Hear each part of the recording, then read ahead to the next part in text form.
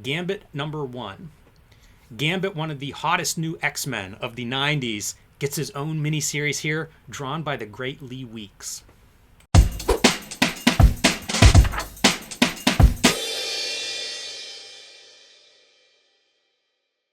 Hello and welcome to your favorite YouTube channel, Cartoonist Kayfabe. My name is Jim Rugg. I'm Ed Piskor. We are going to be looking at Gambit #1 from 1994 today. Before we open that one up, I want to let everybody know we're a daily comic book YouTube channel. We've been doing this for over 5 years, which means 1,700 videos in our back catalog that you can search on the Cartoonist Kayfabe YouTube homepage. Search by creator, character, book title. You will find something that you love, if you love comics. I also want to remind everybody we have a Cartoonist Kayfabe Patreon that helps keep the lights on in the recording studio here.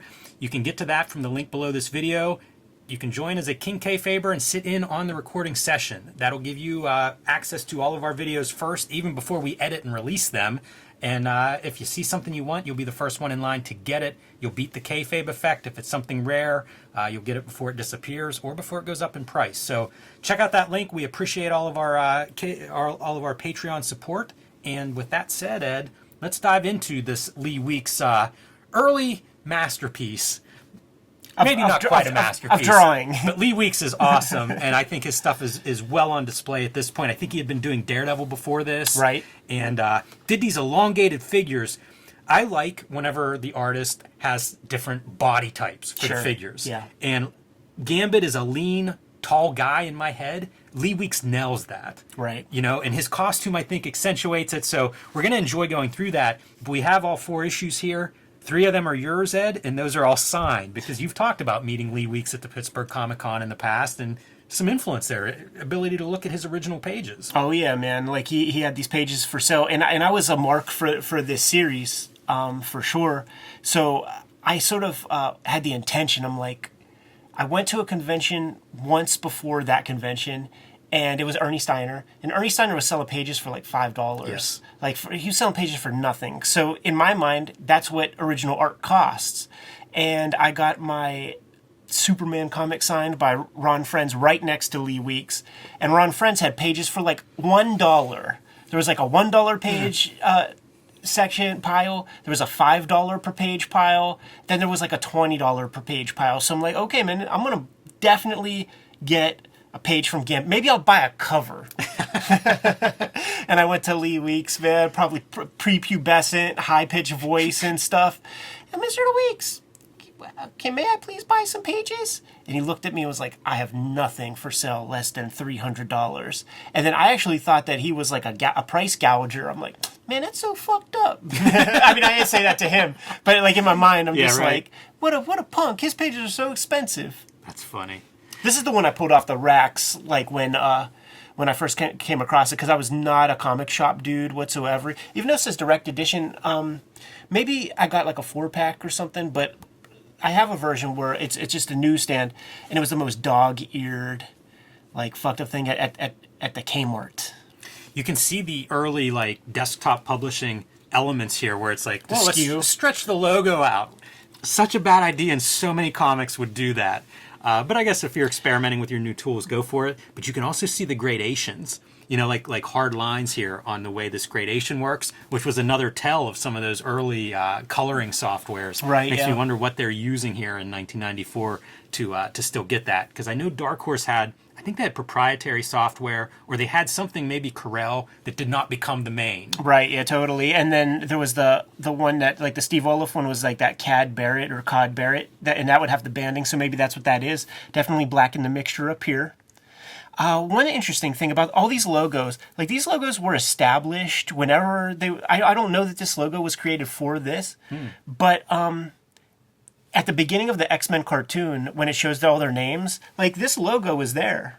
Interesting. Yeah, and like the Beast logo from the 70s in like Adventures into Fear, like that's the logo that shows up on the introduction. I like that. Yeah. And also you can see the time period with the gold foil. But yeah, add that onto the logo as well. This is too little too late type shit, because I mean it's 93, it's like 2 years past when that's really a thing. Marvel was good for that in terms of like they continued using that for a while. Oh, definitely. You know, like probably into like 95 or something, where you'd be seeing like the expensive added on production piece, and it was like, And it might have worked. I don't know. I think people did buy that stuff Yeah. because it was like, hey, look at that gimmick. Totally. It was a long time. We were stoked, in child years. I was 11 when this came out, when I scooped this up. So, 3 years since the character's introduction, might as well have been a quarter of my lifetime or something, waiting for there to be a Gambit comic. And in terms of the art, fucking fantastic. But like what this comic is, it's such boilerplate for what a team character solo miniseries is. Yeah. And what I'm saying is you have your character you gotta goose it, right? So you gotta hot shot it and make it an X-Men comic first. And that's what you get. And then there has to be the reason to leave, is the typical boilerplate way of doing things, and that is what we have here. Introduce a threat. It's a unique threat to your main protagonist, and then he's got to handle it himself. So we've seen that a million times. It's corny. It's whack. It's funny because it is, it's personal issues. Is why you got to do it yourself. The classic wrestling, it should work, but yes, it is a cliche. And here's your creative team. Howard Mackey, who probably writing Ghost Rider still at that point, and Ghost Rider was such a hit. I feel like that's his key to, like, he gets to write a bunch of stuff of this era. Klaus Janson on your inks. So if you have a young penciler, Lee Weeks, couple years in the game, man, you put a great inker on top of him, and that's the formula for from an art standpoint. It's interesting too because like this might be the one that pulls Lee Weeks away from looking like just another really good QB, because the Daredevil stuff would have the QB-isms to it, the Joe Kubert style inking. Do you remember who inked that? Maybe it was even still Al Williamson. Yeah, that's what I was wondering. But I think he inked himself on covers. And he definitely did some really, really good G.I. Joe covers where I'm pretty sure he inked himself. But it was the QB organic ink treatment. And Klaus has an organic ink treatment, but it's his own thing. It's way different. Boy, that Adventure Vision spent some money this issue. Go back one real quick, because like this guy, there's an American Gladiators documentary on Netflix, and he was one of the original American Gladiators. I think his name was Malibu, and everybody clowns him because he went away real fast, and they said that he was a pussy. Like you could tell he wasn't going to make it because before every impact he would fully like clench his eyes closed. Oh, that's yeah, can't do that. His quads right there look giant. Yeah, it's totally one of those Venice Beach like aesthetic guys that you scratch him and he'll start crying. It's funny to think of like how hard you work for that body, and then like your hair is also that like very moosed and manicured, wild hair. Yeah. And then it's funny whenever you turn the page and like this is what the character. Yeah, that's like. a representation. Like this will be him right there. But man, that's a lot of money. That's Sure. inside front cover, and then six pages here in the middle. They're writing a check out for that. That looks cool. That creature. Oh yeah, because it was a videotape that came with it. You could YouTube that. And watch. It's pretty hokey, all in front of a green screen. Makes sense. Because it's cheap, it's made for video. Lee Weeks is a virtuoso of pacing out stories visually and choosing like the best camera angles to kind of sell you on the various moments and stuff. It's very funny to me. It's so natural of like, okay, he's lighting up his stogie, right? You get a couple heat to tip, light it up, and then sitting there smoking, but in full costume, even the mask. Right. That's some of my favorite stuff about superheroes now, and I don't know that that's supposed to be funny or right. You know what I mean? Like the superhero in costume, but doing a normal mundane activity. It's my favorite part. Pretty uninspired character. Just a cue ball head guy with a big old mustache. But like, look at that pose. You feel the weight. It really feels like he's stabilizing himself while he's jumping. This stuff is very boilerplate, like the Danger Room sequence. You're just advancing. Get us to the point where Gambit's going to go off on his own. It's one of those things that how you do that first issue is such a struggle. Like, how do you make it interesting? Because it is set up, except like this isn't much setup because we're going to just leave the Danger Room behind. And it's like 20 pages to get to the point of like, go start your adventure. Speaking Gambit. toward like, a good writer setting stuff up, like Garth Ennis would do this kind of thing in Preacher. And Cassidy starts in New Orleans, and he's away from the team, and like, how much do you need to set all that stuff up? Like, it's completely unnecessary. Another thing I will say about just Lee Weeks kind of jumping in with both feet to make this comic. So many dudes got the hair wrong, and when you get it wrong, it looks like Dan Barry, Flash Gordon. It's very boring. I actually think Ernie Steiner is on the Dan Barry side of things because he did an annual, like a piece, and it was like too small and stuff. I was going to say his hair is... I love his hair in this, and it is big. Andy Kubert captures it well, and Lee Weeks did a good job because you have to abuse logic. Sure, yeah. In order to get it to come across. Like, you just have to... Yeah, there's probably more outrageous examples as we go along, because I remember, like, thinking that this week and being like, wow, that is something, man. That's a pompadour there. Hey, look at the inking line for what's coming out of the back of these missiles. It's so...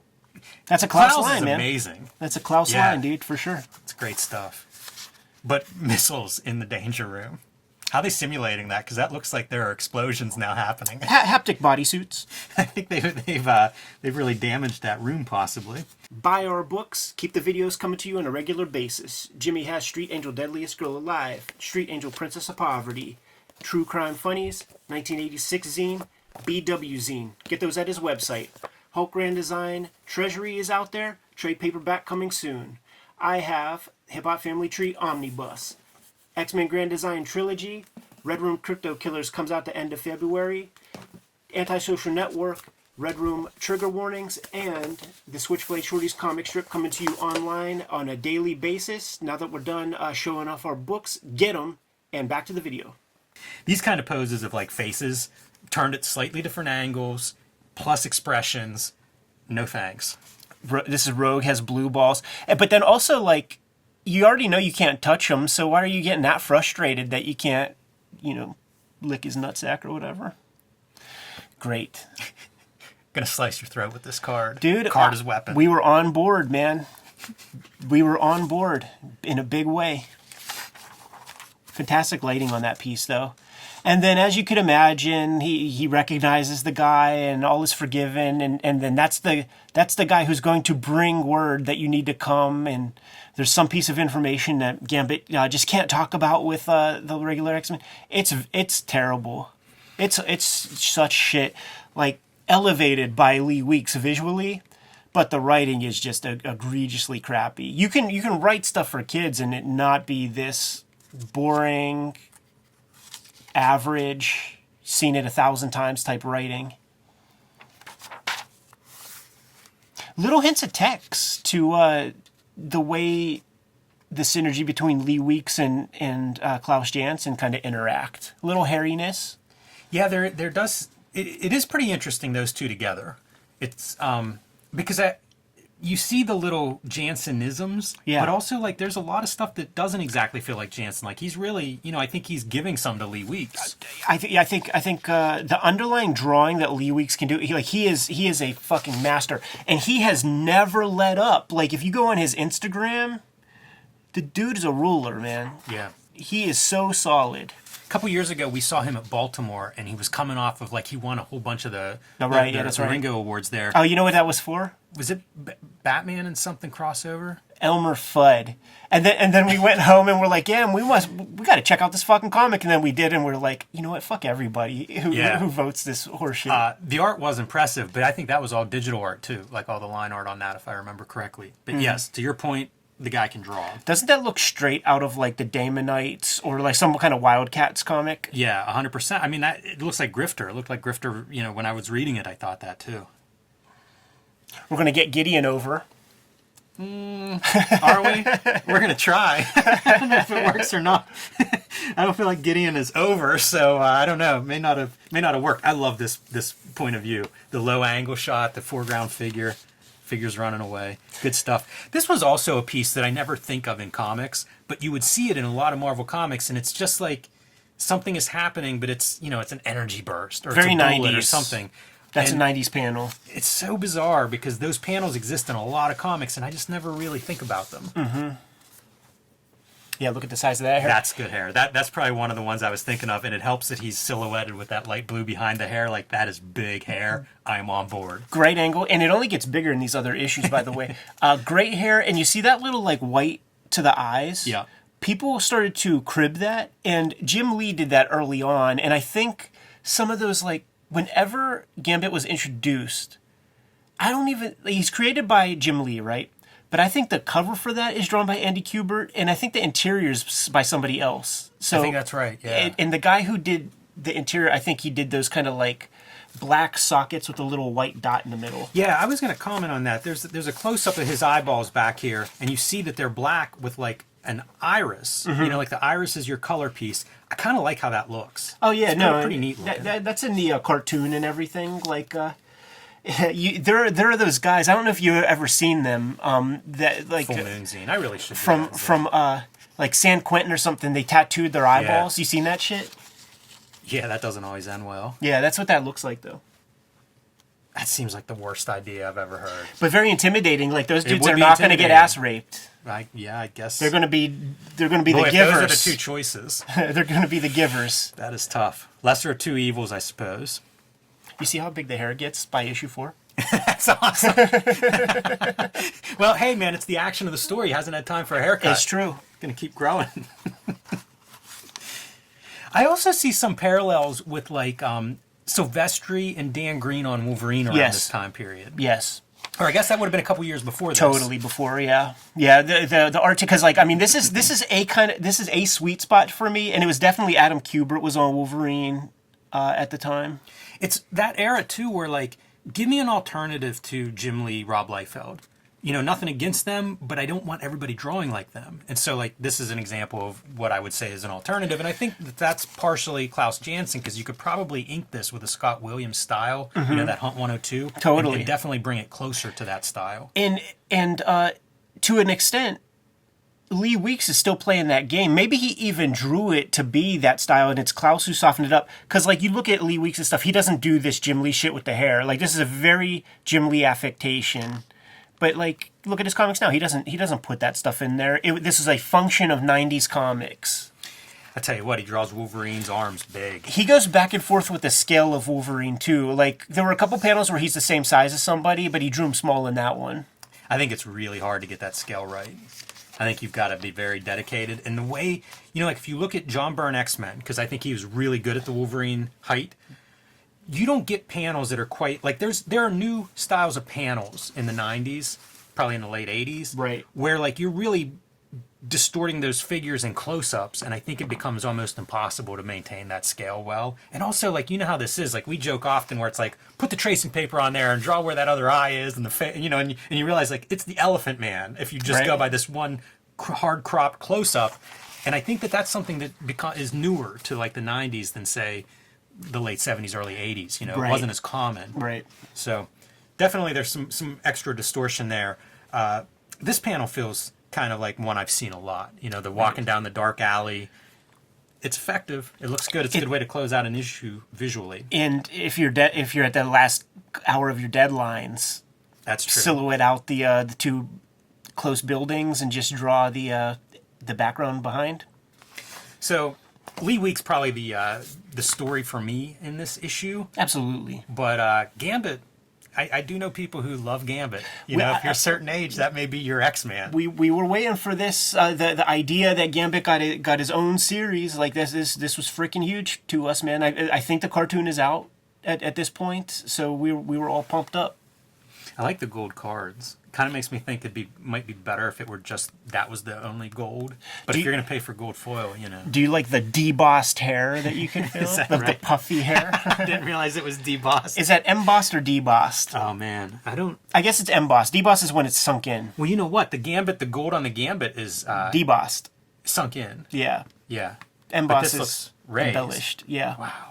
Yeah, I didn't even realize has that 3 gimmicks in one. Plus a cardstock cover. That's 4 gimmicks. Well, that's why you're paying $2.50 for it instead of $2. Good to go? I am.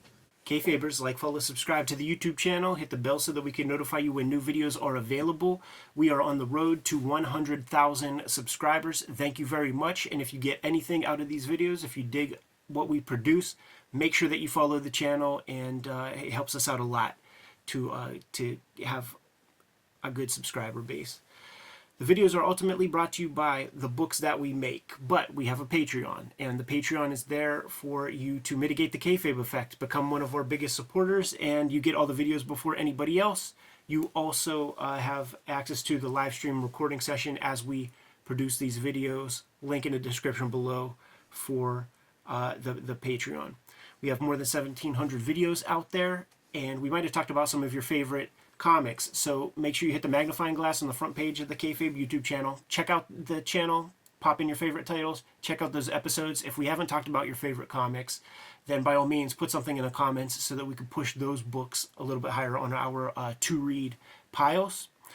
Ultimately, the videos are brought to you by the books that we make. Right now I've been working on Switchblade Shorties, which is my daily comic strip. You can find it on all of our social media platforms, the Kayfabe stuff, my own personal social media platforms, Twitter, Facebook, Instagram. There's a dedicated Switchblade Shorties Instagram, and it's also on Webtoon in its full archive. The Hip Hop Family Tree Omnibus is going quick, and it is $45 on Amazon at the moment. So scoop it up if you haven't. It's almost freaking half off, so you can't beat that with a stick. Best book I made to date. X-Men Grand Design Trilogy trade paperback. Contains all of my X-Men Grand Design works. It's the one place where you could get it all inside of one handy-dandy cover. Red Room Crypto Killers is coming out at the end of February, part of a trilogy of trade paperbacks, but you don't need to start with the first one because each contains 4 self-contained stories. So if you grab this first, Crypto Killers, then at a later time you could read the Antisocial Network or Trigger Warnings. Jimmy, why don't you let the people know what's out there? I have Street Angel, Deadliest Girl Alive, and Street Angel, Princess of Poverty, both available right now from Image Comics. These are also self-contained totally. One is black and white, one is full color. The Homeless Ninja on a Skateboard, perfect for the action comics or superhero comics fan in your life. The big news for me is the self-published comics, True Crime Funnies, the 1986 zine, and the BW zine celebrating the 80s black and white explosion. These are self-published. You can get them on my website, jimrugg.com, or my Patreon, patreon.com/jimrugg. They've been out of print and unavailable. They will be back and available March 6th. So if you missed those, March 6th, you can pick those up. And Hulk Grand Design. This is a treasury-sized edition, out of print. However, the trade paperback coming out in May this year, and that is available now for pre-order. So let Marvel know they need to keep these things in print by pre-ordering that one wherever you pre-order books. The books are the most important way to kind of keep things on the tracks. But there are some direct ways to support Cartoonist Kayfabe. Jimmy, let the people know. Subscribe to the Cartoonist Kayfabe e-newsletter at the links below this video. You can also pick up Cartoonist Kayfabe t-shirts, merchandise, hats, stickers, and more at our spread shop. That link is also under this video. There you have it. Make sure you subscribe to the channel, support the channel, keep the vids rocking. Jimmy, give them final marching orders, and we'll be on our way. Read more comics.